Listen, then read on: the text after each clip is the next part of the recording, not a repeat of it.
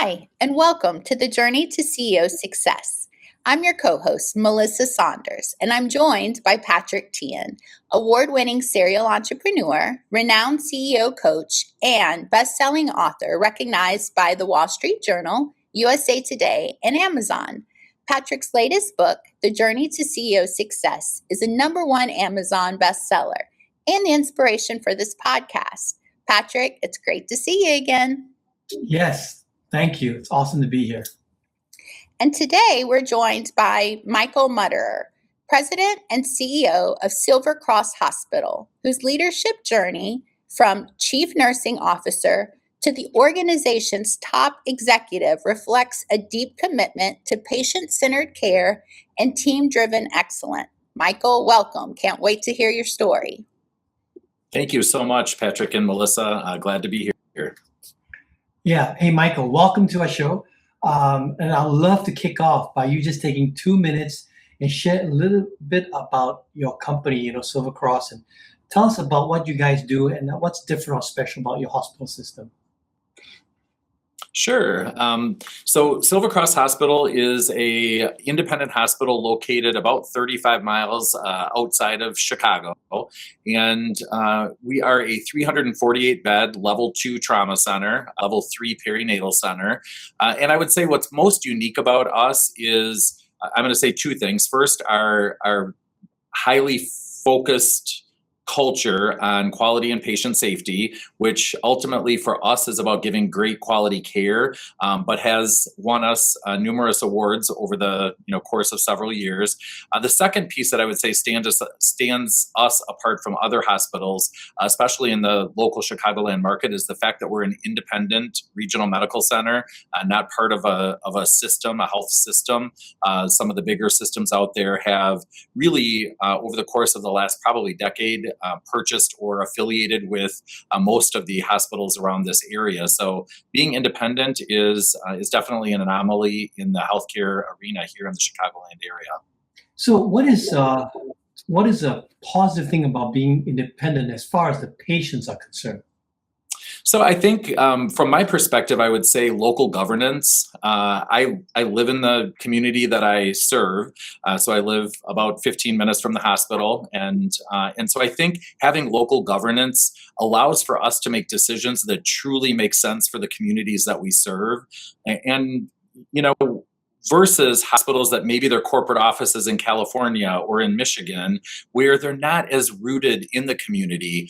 In fact, my executive team here that helps me lead the organization, every single one of them are within our 911 area, and they themselves receive care here at Silver Cross. So when you talk about wanting to make sure that you're giving the direction for the hospital that makes the most sense for patient quality care, it makes so much more sense and is so much more connecting individually. I think when you're making that for your own healthcare and your own family's healthcare.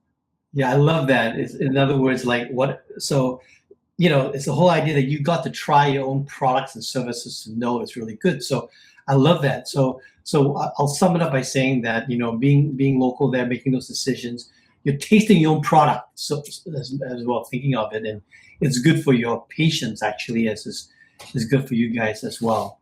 Hey, so let's talk about you. Let's talk about your journey. This podcast is about helping CEOs have a wonderful, joyful, and successful journey. And I think that sometimes we make decisions that give us short-term success and sacrifice our joy. And I like to think that most of us spend at least 70% of our waking hours at work, thinking about work, working with people that we work with. And so I think it will be an unfortunate thing, I would say, if you get to the end of your career and you realize that you didn't spend those 70% of your workday in the most joyful way. So that's what this podcast is about. So I'd like to take you back in your journey and share with us about how you got into healthcare, like what attracted you to healthcare, and I'm assuming that it feeds your joy. So tell me a little bit about that. Yeah, I've known probably since an early age that I wanted to be involved in healthcare, and really, I'm going to say focused on helping others or helping people has always been something that's just been deep within me. So I think from an early age, I knew I wanted to get into healthcare, and I think wasn't really sure what path I wanted to go down to enter into that healthcare arena. I was a first generation person to go to college from my family, and I think in retrospect, if I would go back, I probably would have went to med school, but self-doubted. So my path to getting into hospital leadership was not the normal trajectory, which I feel like the normal trajectory for a hospital CEO is to start in the lower areas of the hospital and kind of work your way up through, or from a business perspective, jump into a CFO role and then move into a CEO role. I actually started my career as a psychotherapist. So I went to school in Madison, Wisconsin, got my bachelor's in counseling psychology, came to Chicago, went to the Alfred Adler Institute, now the Adler University in downtown Chicago, and got my advanced degree, my master's degree in counseling and clinical psychology, and started working as a psychotherapist. And loved the interaction and the work with people, but always missed. I knew there was a piece missing, and that really, I believe, was the medical piece to that.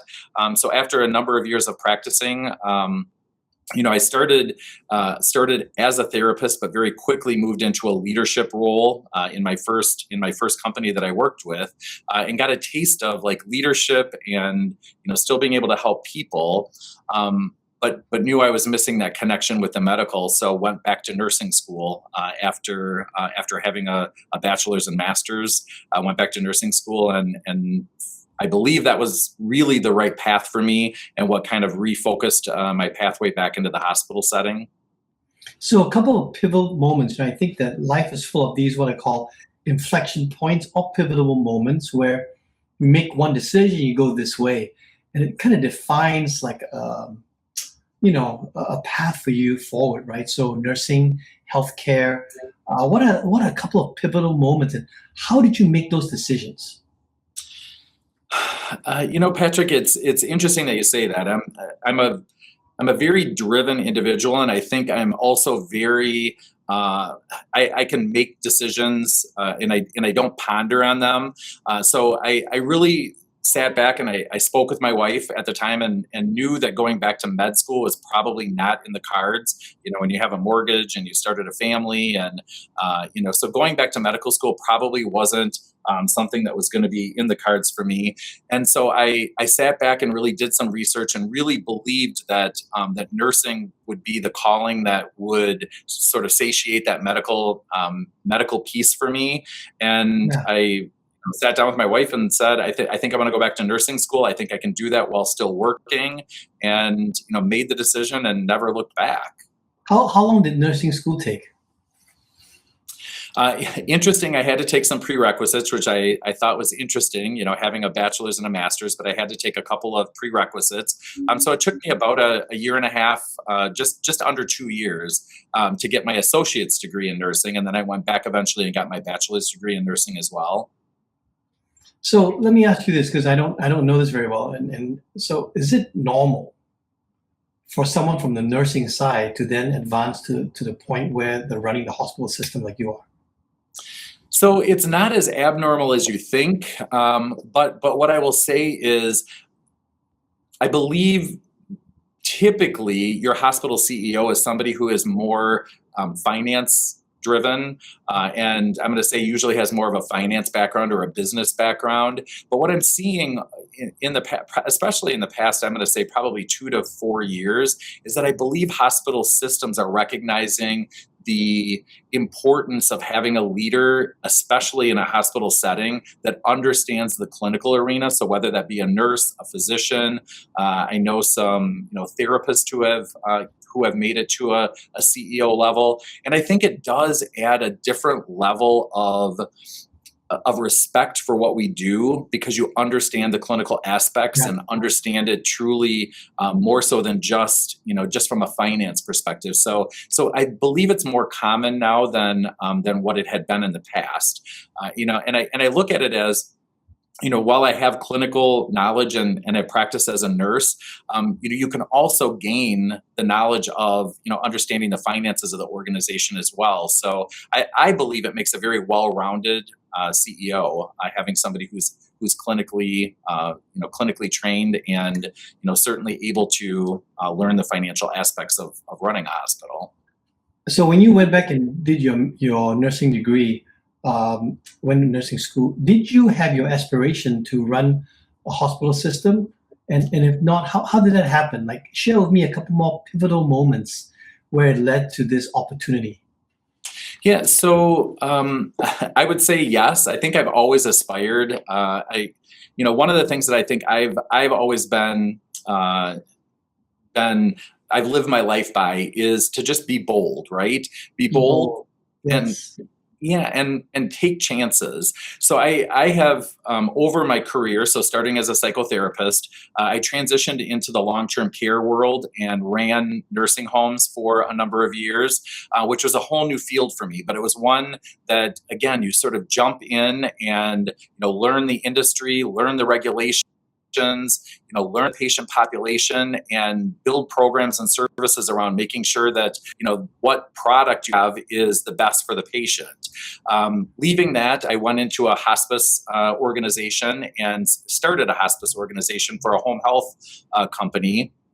And, again, new world for me. I didn't really know a lot about hospice, but, jumped in, learned the regulations, learned the industry, again, focused on the patient population, and, really made a bold move to jump into that hospice company. And then had the opportunity to go to a hospital system here locally, and again, made that bold move. I had worked as a bedside nurse, but knew that the hospital was probably the place that I wanted to end up in the end, and worked my way into a vice president position at the former hospital that I worked at, and just knew instantly that I loved hospital administration and guiding and leading the hospital to ensuring that we give excellent outcomes to the patients that we serve. And I will say that, yes, I mean, I knew fairly early on into getting into hospital administration that someday I wanted to be in the president and CEO role. So, I can summarize a few things I heard, which I think are key lessons for our audience. Number one, you had your aspiration. So you got to feed that dream, right? You got to feed that aspiration. That some people call it ambition. I like to think of it as aspiration. Now, maybe it's the desire in your heart. So begin with that in mind, and then being bold and taking the risk and jumping in. You weren't afraid to try the new things that you didn't know very much about, and so be bold, take the risk, jump in. So those are key things that define, I think, your journey to where you are here. Right? What did I miss? I think, Patrick, you hit it head on. There's a phrase that I tell my kids, and it probably isn't grammatically correct, but I've told them since they were little that impossible is nothing, and you hope that you live that same lifestyle so that they see that, and every time I feel like they come up to an obstacle or hit a bump in the road in their lives or whatever, I just remind them, guys, impossible is nothing. So you've got to figure out how to get around it, over it. I think that's a great mantra to live by. I also believe, to your point, that positive aspiration, it helps, right? I've lived in the same house that I live in currently. My wife and I built it in 1999, moved in 2000, and I used to drive by the hospital that I'm the CEO at right now as it was being built. And I was driving to another hospital about 60 miles away from my house, and I worked there for 10 years. And every time I would drive by this hospital, I would say it whether my family was in the car with me or if I was by myself, someday I'm going to be the CEO at that hospital. And I'm not going to be silly enough to say that I think that just having positive aspiration makes things happen, but I think you have to have a vision. You have to know what it is you want, what your end game is, and I think that's, to me, what helps get you where you want to be. So that's where I say, be bold. Decide early in your career where you think you want to be, and make paths to make that happen. So I feel like all the movement I had in my career albeit sometimes scary, to think about changing industries or moving to a new company, especially when you get comfortable. And I think that's what I found most difficult in my career. Is I've always loved the teams that I've worked with and the people that I've worked with, and I've been very blessed to have amazing leaders that I've worked for, who have been amazing coaches and helped guide me through my career paths. And it's always hard to leave those, but you have to understand, I think, at the end of the day, that that you create your own destiny. And I think sometimes, unfortunately, it's through making moves like that, or making bold moves, versus staying comfortable in the position or the seat or the chair that you're in. Yeah, being comfortable is not a good thing. It's kind of weird. Like, we as humans want to get to a place where we're comfortable. So true. But once you get to comfortable, I think you actually learn less. Like, you stop learning. I'm not saying you stop learning fully, but you learn less. You get more comfortable.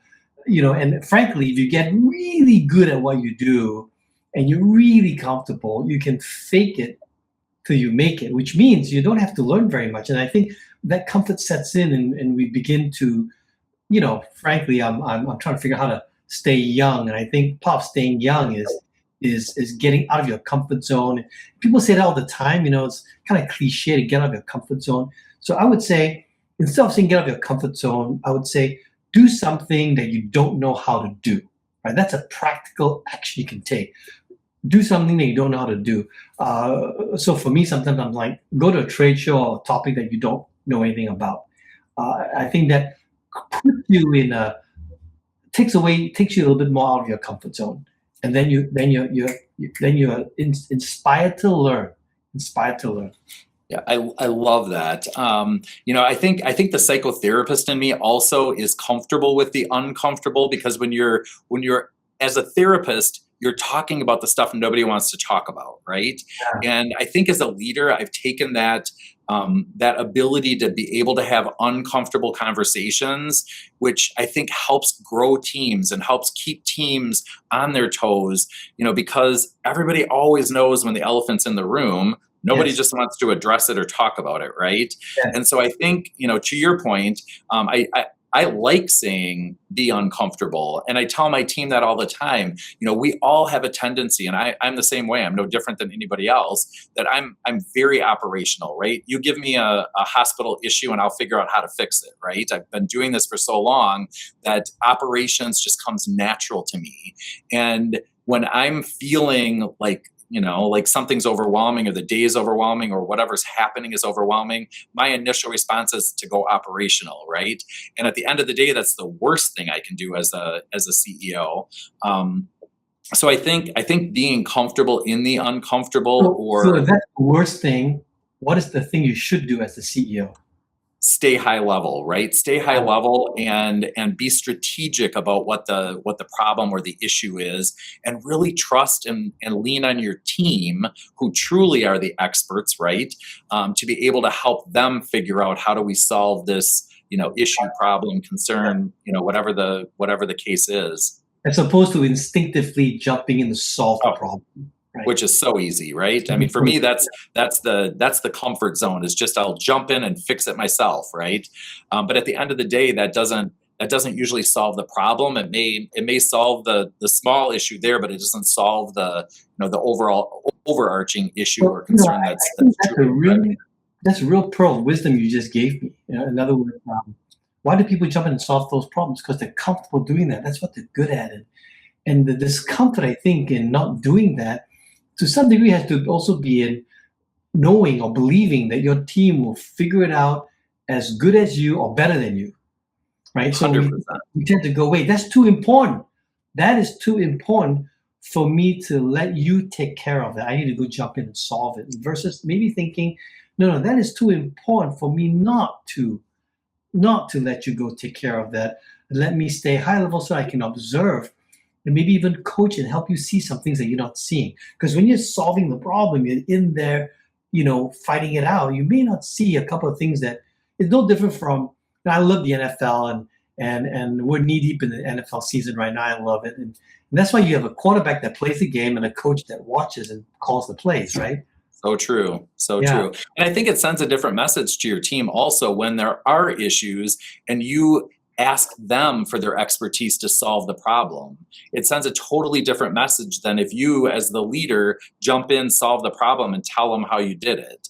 And so Yeah. I think, and over the years, you sort of develop that knack for being able to make sure you hire the right people around you. I mean, I love to say that I'm almost never the smartest person in the room, and I love that, right? So surround yourself with people who are, better than you, smarter than you, and get out of their way. I mean, I think that's probably the best way to describe, from my perspective, how to be the best leader possible, and then figure out how do you get roadblocks out of the way for them, how do you encourage and coach them, and how do you make it easy for them to do what they do best. And I think as a leader, it's the best thing you can do to grow your team. So, your journey all the way from where you were to where you are today. So today, what does success and joy mean to you today? And what actually feeds your heart and your soul? Yeah, so I'm going to say I love what I do, and I love that you said at the beginning, and 70 hours probably isn't off that much. I know you said 70%, but I'm going to say 70 plus hours is probably about how much time I feel like I'm here and spend, but it doesn't feel like it because I love what I do. I think what brings me joy is the people that I work with. We have such an amazing culture here at Silver Cross, and truly culture is made up of people. And what I think drives every single day for me to still want to be here and still want to, give the time and energy that I give is the outcomes that we see every single day for the communities that we serve.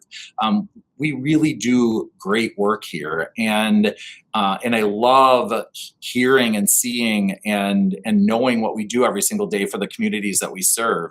It's amazing when we get the accolades that we get. We've won numerous awards over the past several years, and I tell people all the time that it's great that we get the awards so that we can let the communities know that we're good. But at the end of the day, what really drives that is the fact that we know that we're having amazing outcomes, because that's what we're here for, is to give great healthcare.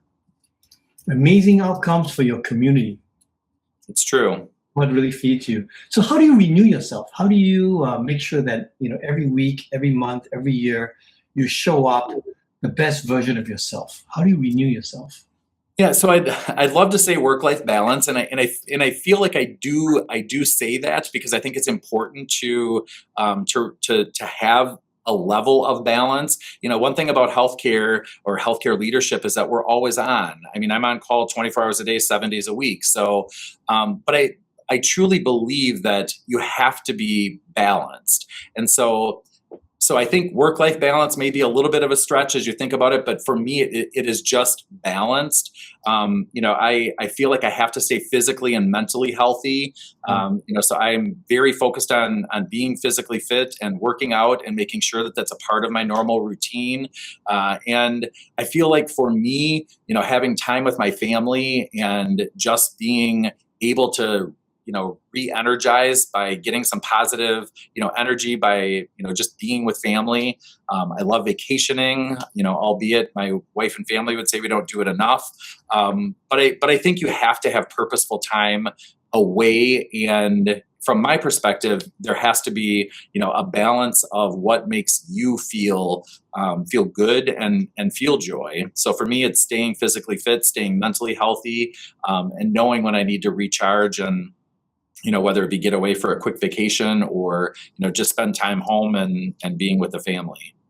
So if you look into the future, by the way, I'm going to do a quick callback. I love what you said about driving by the hospital saying, hey, I'm going to be, I'm going to run this place one day. Not my words, not yours, but your words were, I think you said you're going to be the CEO someday for this place as it was being built.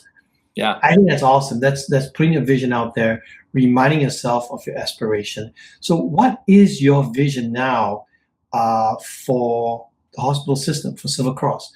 What is your vision that would feed your heart, your mind, your soul moving forward?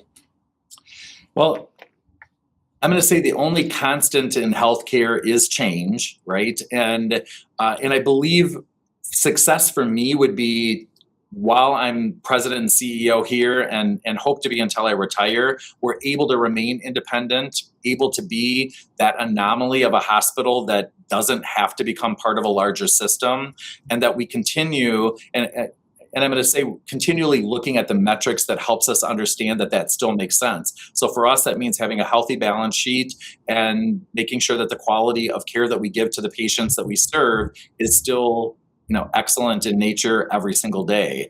And so for me, it's finding pathways to make sure that can still continue.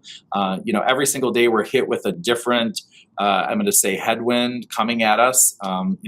Whether it be a regulation, whether it be a change in payer structure, whether it be insurance companies changing, how they pay. I mean, there are headwinds coming at us as there are with every other industry. But for me, it's truly making sure that we can continue this pathway forward for us to remain an independent community regional medical center that is focused 100% on providing the highest quality of care for the communities that we serve.